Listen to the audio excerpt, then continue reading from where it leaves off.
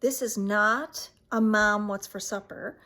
It is just a little, I got 2 cabbages yesterday in the community bin, and what I mean by that is we subscribe and we go pick up a local farmer's produce and they decide what's in the bin.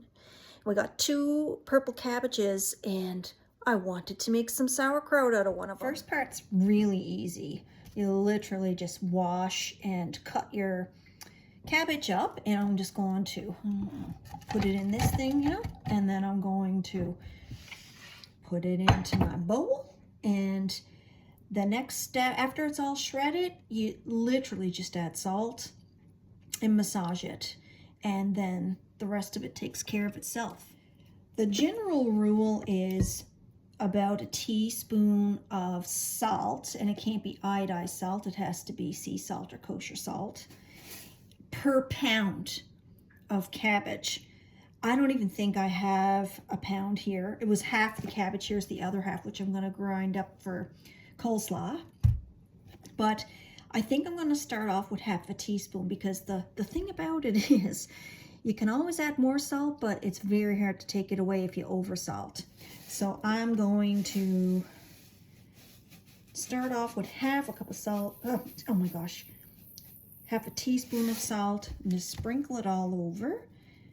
Then I'm just gonna kind of stir it all around, let it sit for about 15 minutes, and then you literally just take your hands and massage it all in, and it starts to develop its own juices.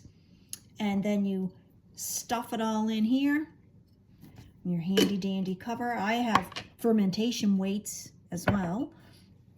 And see you in 15. All right, 15 minutes is up, and I massaged it, and it's nice and juicy. It's a real good cabbage.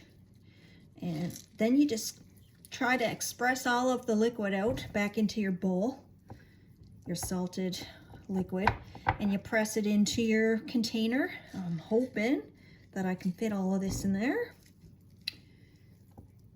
And you just keep adding it and pressing it, adding it and pressing it into your container. Here's my little glass weight. Fits perfect into a container of this size.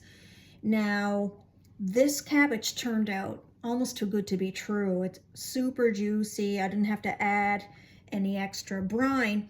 But let's say your cabbage was dry or on the drier side and you didn't have enough liquid to cover it all, because it's important when you're fermenting things to make sure that all of the items are covered in brine.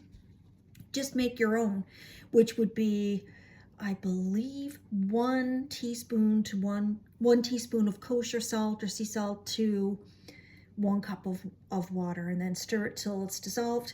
Now for this, I'm going to place this on top. Ooh. She might overflow. Yeah, perfect. Lovely. So that was about a half a cabbage, and it fit in here. And the cabbage was, I'd say, just below medium size. Small to medium, I guess. And there you have it. I'll start checking this probably 5 days. I'll check it and see, because as it ferments, it gets increasing. Like, there's such a difference in how it tastes. If you ever made wine or beer, it's the same idea. It's all the same kind of fermentation process. I like it kind of really sour. Purple cabbage on its own is a bit sweeter than green cabbage. So sometimes I'm more in the mood for a green cabbage one, but I think this one's gonna turn out really good, just because the cabbage was so juicy and everything. So yeah, keep checking. Start checking in about 5 days. Keep it out at room temperature. Make sure all of your cabbage is submerged, and then wait until it gets to the taste that you like.